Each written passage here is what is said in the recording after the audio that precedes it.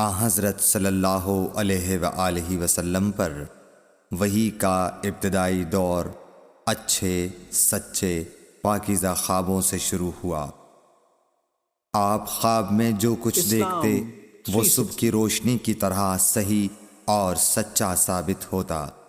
پھر من جانب قدرت آپ تنہائی پسند ہو گئے اور آپ نے غار حرا میں خلوت نشینی اختیار فرمائی اور کئی دن اور رات وہاں مسلسل عبادت اور یاد الہی و ذکر میں مشغول رہنے لگے۔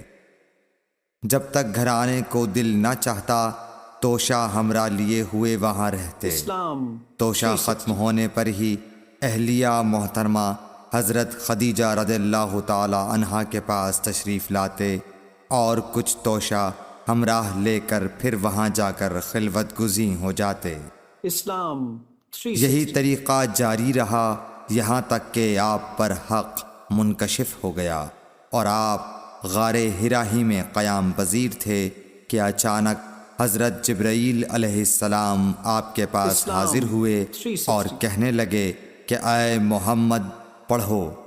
آپ فرماتے ہیں کہ میں نے کہا کہ میں پڑھنا نہیں جانتا۔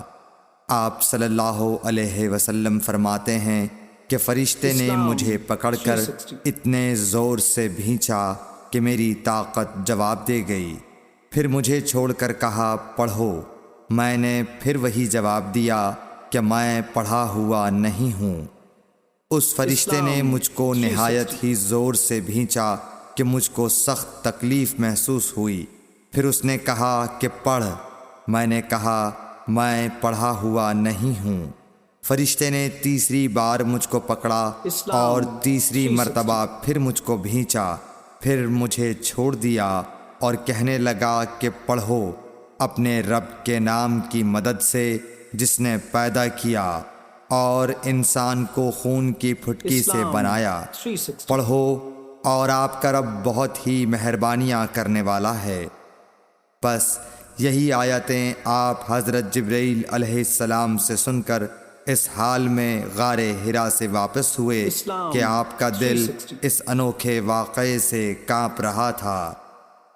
آپ حضرت خدیجہ کے ہاں تشریف لائے اور فرمایا کہ مجھے کمبل اوڑھا دو، مجھے کمبل اوڑھا دو۔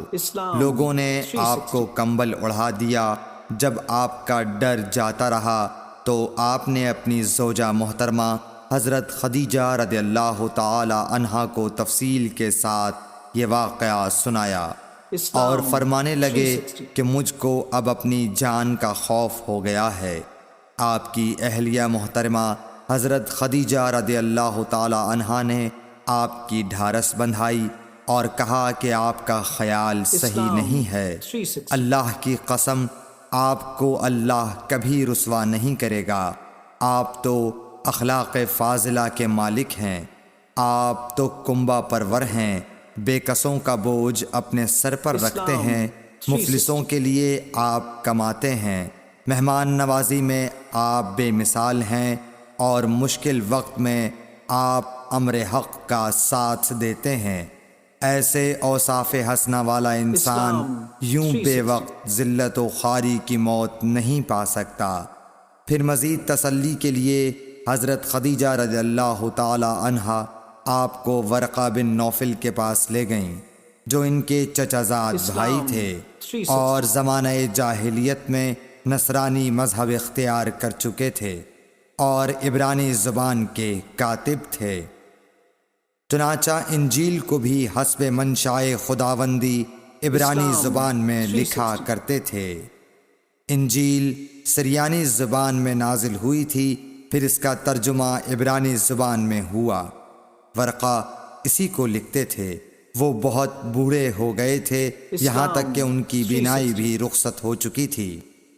حضرت خدیجہ رضی اللہ تعالی عنہا نے ان کے سامنے آپ کے حالات بیان کیے اور کہا کہ اے چچا زاد بھائی، اپنے بھتیجے محمد صلی اللہ علیہ وسلم کی زبانی ذرا ان کی کیفیت سن لیجئے۔